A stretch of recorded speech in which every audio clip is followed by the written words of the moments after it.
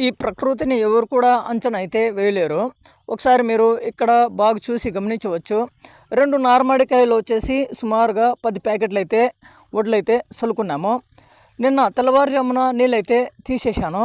అలా తప్పకుండా తీసేయాల్సిందే.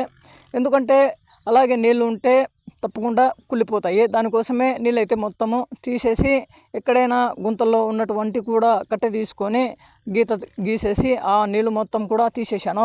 ఇక జీలగ పంట త్వరగా రావడానికి కోసము యూరియా వేసుకుంటూ నీళ్ళైతే పెట్టాను. ఇక రాత్రి వర్షము రాదనుకొని ఇక నీళ్ళైతే పెట్టలేదు. తప్పకుండా రాత్రి అయితే కాస్త నీళ్లు పెట్టేసి ఆ బొక్కలైతే మూసి పెట్టాల్సింది. అదైతే అలా చేయలేదు. వర్షం రాదు అనుకున్నాను. అలాగే వర్షం అయితే వచ్చేసింది. చూడండి, గింజలు మొత్తము కింద పైకి ఇవన్నీ కూడా కదిలిపోయాయి. ఈ విధంగా జరిగింది. చూద్దాము. అలా జరిగితే కొంచెము నష్టమే.